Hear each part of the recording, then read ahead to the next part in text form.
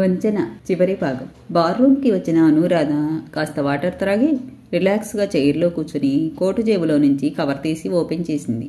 అందులోని విషయం చదవగానే ఆనందం, ఆశ్చర్యం, ఉద్వేగం ఇలా అన్ని భావాలు కలగాబులగంగా కలిగాయి ఓ క్షణం. కానీ వెంటనే తేరుకుని విశ్వనాథం ఫోన్కు కాల్ చేసింది. వెంటనే ఇతడు విశ్వనాథం, హలో, నీ వర్క్ అయ్యిందా? నాకు చిన్న పని ఉంది, నువ్వు కొద్దిసేపు వెయిట్ చేస్తే కలిసే వెళదాం అంటున్నాడు. మీరు అర్జెంటుగా ఇక్కడికి రండి, మనం ఇప్పుడే ఆఫీస్కి వెళ్ళాలి.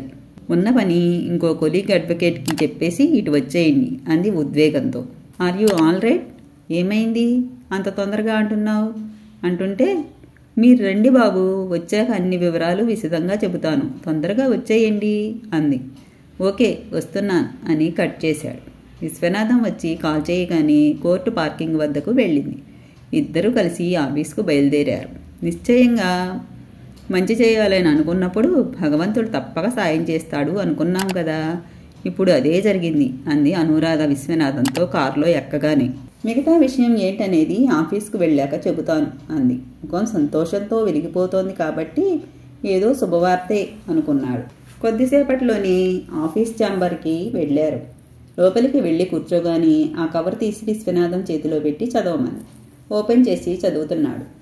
నమస్తే మేడం, నేను సుమతల్లిని. మీకు ఆశ్చర్యంగా ఉండొచ్చు నేను లెటర్ రాసినందుకు. ఇంకా డైరెక్ట్గా మాట్లాడొచ్చుగా అనే అనుమానము రావచ్చు, కానీ నా పరిస్థితి అలాంటిది.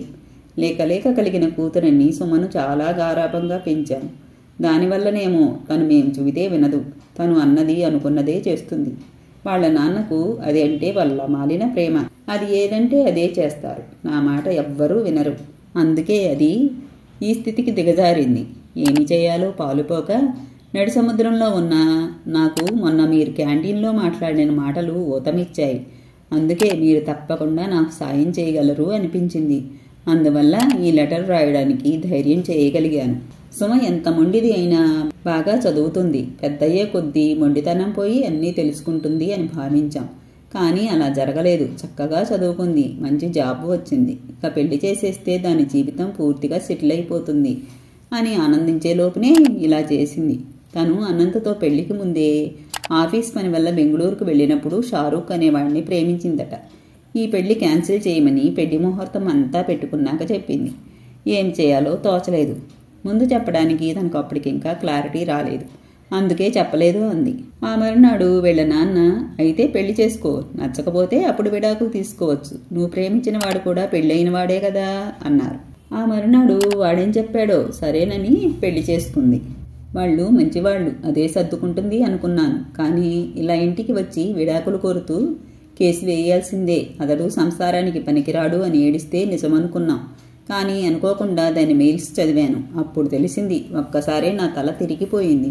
వాడు చెప్పింది ఇది చేస్తోందని అర్థమైంది. వీడెవడో నా కూతుర్ని ఏం చేస్తాడో అని ఆందోళన పెరిగింది నాలో. వెంటనే విడాకులు రాకపోవడం మంచిదయ్యింది అనుకున్నాను. లేదంటే ఎప్పుడో ఇంట్లోంచి వెళ్ళిపోయేది అనిపించింది. తన పాస్వర్డ్ ఒక చిన్న బుక్లో రాసి టేబుల్ డ్రాలో పెడితే చూసి అది మీకు పెడుతున్నాను. నా కూతురి పేరు బయటకు రాకుండా దాన్ని వాడి బారి నుంచి రక్షించమని మిమ్మల్ని వేడుకుంటున్నాను. ఆ మెయిల్స్ చూస్తే మీకే అర్థమవుతుంది. మా ఆయనకు చెప్పకుండా మీకు చెప్పాను అని అనుకుంటారేమో.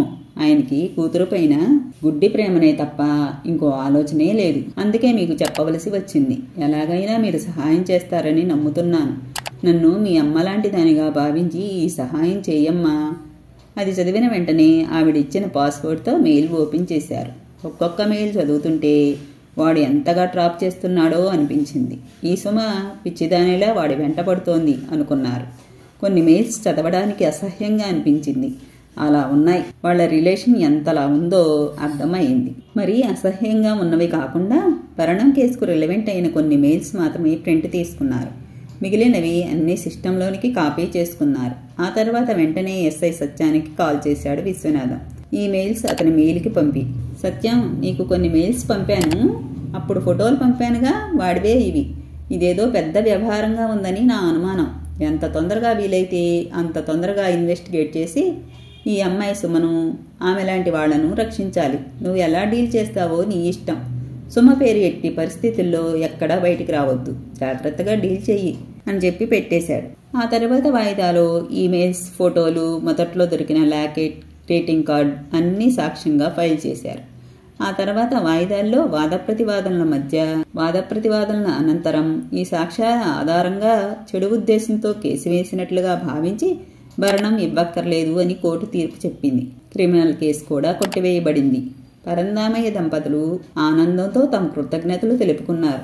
అనంత్ కూడా కాల్ చేసి మీ వల్ల నా జీవితం చక్కబడింది అంటూ విశ్వనాథంకు ధన్యవాదాలు తెలుపుకున్నాడు.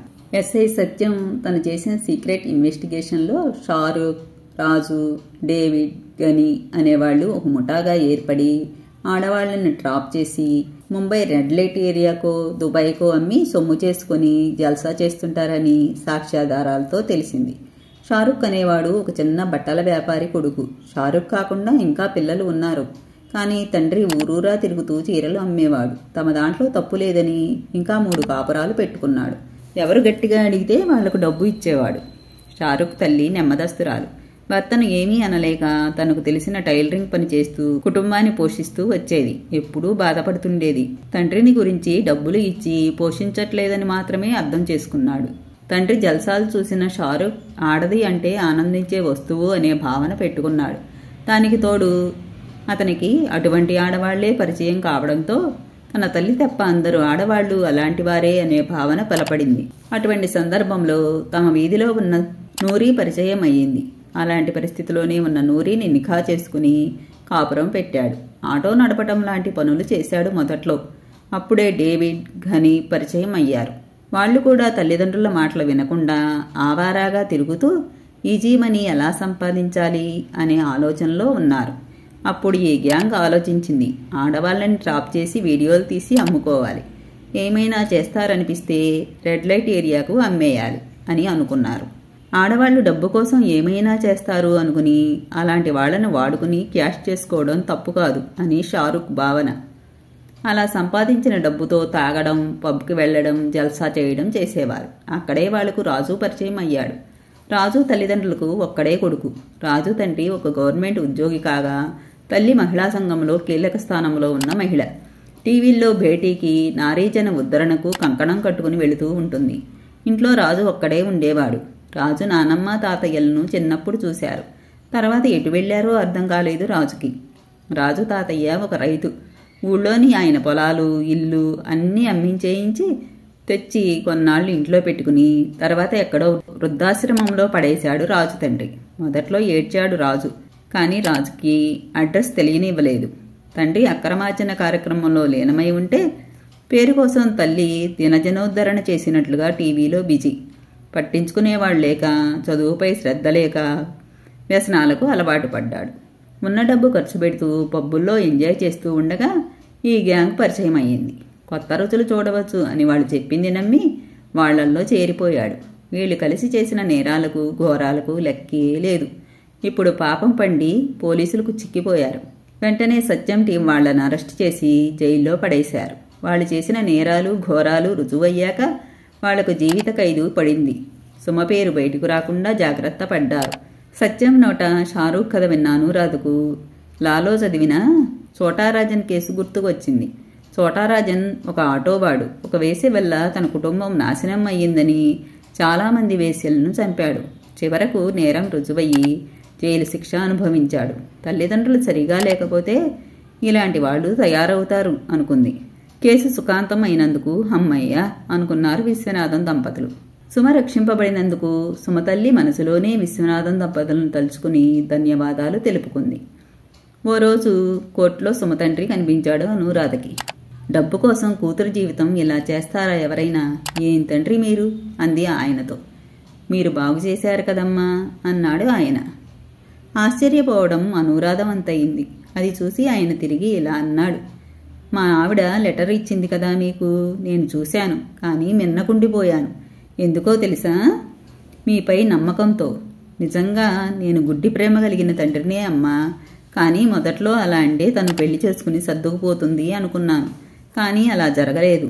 గట్టిగా మాట్లాడితే కోపంతో ఇంట్లోంచి వెళ్ళిపోతుందేమో అని నా భయం. అందుకే ఏం చేయాలో తెలియని స్థితిలో తన వైపే ఉన్నట్లు మాట్లాడాను. కేసు వేశాను. కానీ నా భార్య లెటర్ రాయడం, మీకు ఇవ్వడం చూశాను పక్క కోర్టు నుంచి వస్తూ. ఆ విషయం తనకు తెలియదు. అంతే తప్ప నేను కసాయి తండ్రిని కాదమ్మా. ఇప్పుడు దాని జీవితం ఇలా అయ్యింది. ఏం చేయాలో తెలియడం లేదు అంటుంటే ఆయన కళ్ళల్లో నుంచి కన్నీళ్లు ధారాపాతంగా కారుతున్నాయి. ఐఆమ్ సారీ, మీరేమీ బాధపడకండి, ధైర్యంగా ఉండండి, అన్నీ సర్దుకుంటాయి. గొప్ప ప్రమాదం తప్పింది సుమకు, అది ఆనందం కలిగించే విషయం అని ఓదార్పు మాటలు చెప్పింది అనురాధ. సుమ ఇప్పుడు తన తప్పు తెలుసుకుంది.